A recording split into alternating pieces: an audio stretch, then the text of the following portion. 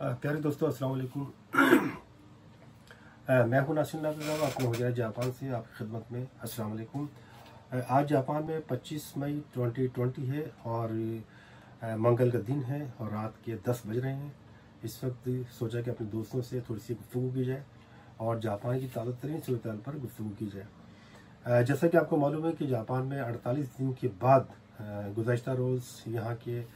वज़ीर आज़म आबे शिंजो ने जो एमरजेंसी का नफाज किया था उसके ख़ात्मे का ऐलान कर दिया है।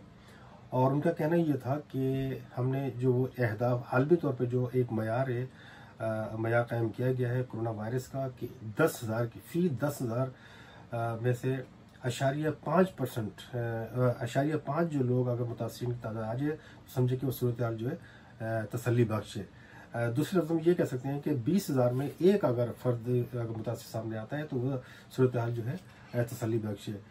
लिहाजा पिछले कई दिनों से जापान में ये सूरत हाल जो है काफ़ी गंभीर थी और फी 10,000 में तकरीबन 8.9 के करीब जो लोगों की मुतासिर तादाद सामने आ रही थी।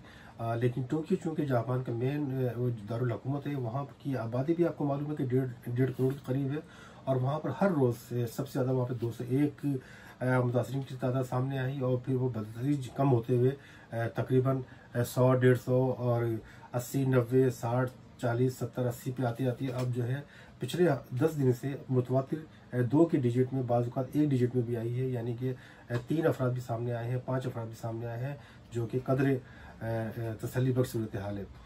तो इसको मद्देनज़र रखते हुए जापान में हुकूमत जापान के वज़ीर आज़म ने ऐलान किया कि पूरे जापान के 47 सूबों से एमरजेंसी का नफाज जो है ख़त्म करने का ऐलान किया जाता है ताकि लोग अपनी ज़िंदगी का जो मामूल जो सरगर्मियाँ है वो मामूल पे आ सकें, बहाल हो सकें। और पिछले एक हफ्ते में तकरीबन 39 सूबों से एमरजेंसी का ख़ात्मे का ऐलान किया गया था और चूँकि अभी मज़ीद मुतासिरीन तादाद सामने आ रही थी, लिहाजा उन्होंने एक हफ्ते के मौक़िफ़ के बाद गुज़श्ता रोज़ उन्होंने ये ऐलान किया कि जापान भर के 47 सूबों से एमरजेंसी का नफाज जो है ख़त्म किया जाता है। लेकिन उन्होंने ये भी तंबीह की कि एमरजेंसी के ख़ात्मे का जो ऐलान किया गया इसका मतलब ये नहीं कि हम अपनी फीलिंग को जो है कमज़ोर कर लें और हम पहले की तरह अपनी एक्टिविटीज़ को जारी रखें। और उन्होंने ये कहा है कि इस वक्त जितनी भी कोरोना वायरस से बचाव के लिए जो तदाबीर इख्तियार की जा सकती हैं उसे इख्तियार किया जाए और बड़े बड़े इवेंट जो होते हैं जो जहाँ पर बड़े मजमू होने के जो इम्कानात हैं वहाँ से अवॉइड किया जाए, उससे इज्तनाब किया जाए। और कम से कम अगर कोई बड़े से बड़ा मजमा भी अगर किया जाए, कोई थिएटर है या कोई ऐसी नुमाइश या कोई ऐसी स्पोर्ट्स इवेंट्स हो रहा है तो वहाँ पर भी कम से कम ज़्यादा से ज़्यादा 100 अफराद हों और उनमें भी फासले रखे जाए, सोशल डिस्टेंस रखा जाए। इस तरह स्कूल भी जापान में तकरीबन अभी तमाम जो है स्कूलों में उनकी तालीम आम नहीं की गई है, वहाँ पर भी मुख्तलिफ़ किस्म की एहतियाती तदाबीर इख्तियार की जा रही हैं। क्लासों में जहाँ पर 50 बच्चे हुआ करते थे वहाँ पर 25 और क्लासों की तादाद में इजाफा किया जा रहा है। तो इसके साथ साथ ही जापान की हुकूमत के जो सरबराह वज़ीर आज़म हैं उन्होंने गुज़श्ता रोज़ टेलीविज़न पर 30 मिनट का ख़िताब किया अपनी आवाम से और प्रेस कॉन्फ्रेंस से ख़िताब करते हुए उन्होंने ये अपनी जापानी आवाम को ख़राज तहसीन पेश किया और उनकी तारीफ़ की कि उन्होंने हुकूमत जापान की हिदायत पर, उनकी दरख्वास्त पर भरपूर अमल किया और उन्होंने हमारे साथ भरपूर ताउन किया कि इस मुज़ी वबा से जो है निजात हासिल की जाए और हम अपने हदफ हम पूरा करने में काबिल बेस के। और उन्होंने तारीफ़ की कि इस वक्त पूरी दुनिया में जापान जो है एक मॉडल के तौर पे पेश किया जा रहा है पूरी दुनिया में। जिस तरह कोरोना वायरस से लोगों ने वहाँ की जो मकामी हुकूमतें हैं, मिसाल के तौर पर अमेरिका, कनाडा या यूरोप के जो तमाम ममालिक हैं, वहाँ पर सख्त गिर किस्म के लॉकडाउन किए गए और लोगों को घर से निकलने से मना कर दिया गया सख्ती से और बड़ी रिस्ट्रिक्शंस जो है, सख्तियाँ जो है वहाँ पे वो की गई। बाज़ औक़ात वहाँ पे जुर्माने और सज़ाओं का भी ऐलान किया गया। लेकिन जापान में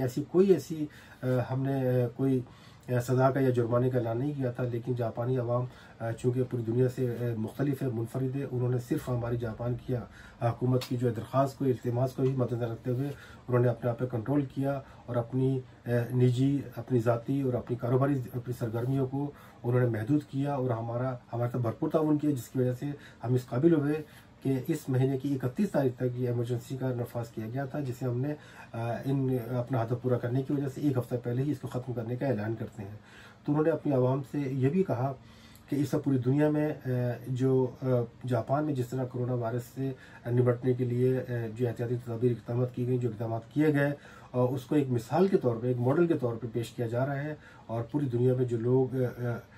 जो कोरोना की वजह से जो मुतासिर हो रहे हैं, वो अब जापान की मिसाल देने लगे हैं कि अगर तो आपने कोरोना से बचाव के लिए कुछ एहतियाती तदाबीर इख्तियार करनी है तो आप जापान को एक मॉडल के तौर पर देख सकते हैं। तो ये बड़ी खुशाइंद बात थी एक वज़ीर आज़म जापान की तरफ से अपनी आवाम के लिए। उन्होंने अपनी आवाम की बड़ी तारीफ़ की और उन्होंने ये भी कहा कि हमें मालूम है कि इस 2-3 महीनों में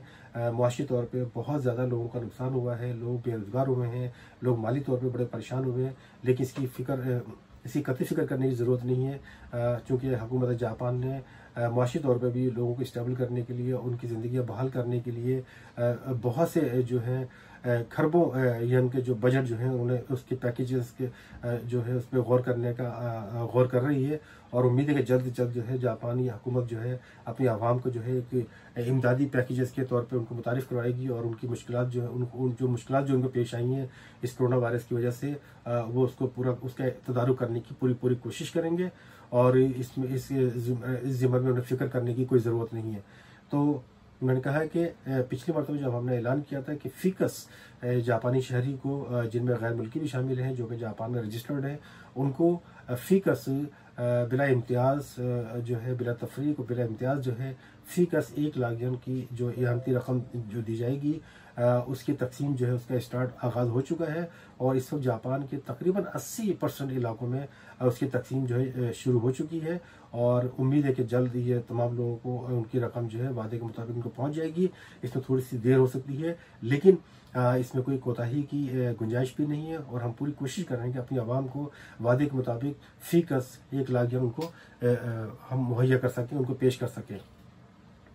दूसरी बात उन्होंने ये अहम की कि हमने जो अपना अहम जो इक़दाम किए उसमें यह भी था कि जो इंटरनेशनल तौर पे हमारी जो परवाज़ें, इंटरनेशनल फ़्लाइट जो पूरी दुनिया से आती थी या जापान से पूरी दुनिया में जाती थी, उनको हमने बहुत तौर पर कंट्रोल किया है। इस वक्त 95% जो है जापान में परवाज़ें नहीं आ रही हैं, ना ही जापान से परवाज़ें जा रही हैं। लिहाजा उन्होंने पिछले हफ्ते 88 ममालिक का ऐलान किया था कि वो जो मुतासिर हैं, एक सतह उन्होंने कायम की थी कि तीसरे दर्जे पे को उन्होंने क्रॉस कर लिया था, इसलिए उस पर पाबंदी आयद कर दी थी कि वहाँ से जो भी फ़्लाइटें आएंगी और उसमें सफ़र करने वाले जापानीज़ और या जो मुस्तकिल जापान के रिहायशी होंगी उन्हें दाखिले की इजाज़त होगी, लेकिन उन्हें 14 दिन के लिए आइसोलेशन में रखा जाएगा। लेकिन अभी पिछले हफ्ते उन्होंने ये देखा कि कई ऐसे ममालिक हैं जो इस सतह को जो है क्रॉस कर चुके हैं, तीसरी दर्जे को भी। लिहाजा उसमें सबसे बड़े मुल्क जो है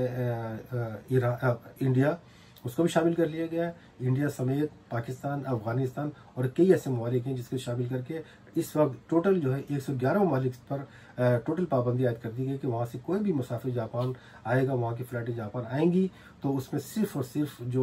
जो यहाँ के जापान के परमानेंट जो मुस्तकिल रिहायशी हैं वो और जापानीज़ नेशनल, उन्हें या वो गैर मुल्की जिसका स्पाउस यानी जिसकी बीवी या बच्चे या जिसका शौहर जो जापानीज़ होगा, उन्हें जो है जापान में दाखिले होने की इजाज़त दी जाएगी। ताहम उनके लिए भी 14 दिन का आइसोलेशन में रहना लाजमी करार दिया गया है और उनके लिए PCR जो टेस्ट है वो लाजमी करार दिया गया है। तो ये जापान की ताज़ा सूरत हाल है। लिहाजा कल से, आज से जो जापान भर में हंगामी सूरत हाल का जो ख़त्म करने का ऐलान किया गया, तो उसकी वजह से आज जापान में वर्किंग डे है और उसकी वजह से काफ़ी जापान के तमाम इलाकों में काफ़ी चहल पहल देखी गई, गहमा गहमी देखी गई और लोगों ने एक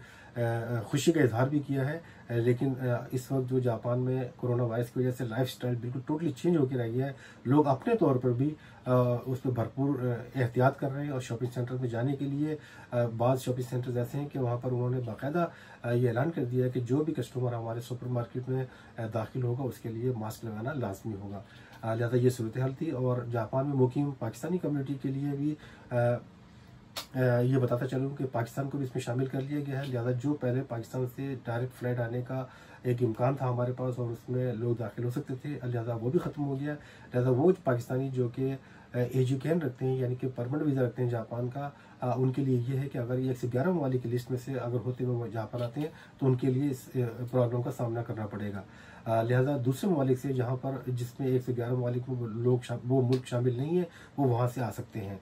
तो आज की ताज़ा तरीन सूरत हाल ये थी। मैं अपने तमाम दोस्तों को एक दफ़ा फिर ईद मुबारक पेश करता हूँ। आज ईद का तीसरा दिन है। लेकिन साथ साथ ही जो अभी पिछले दिनों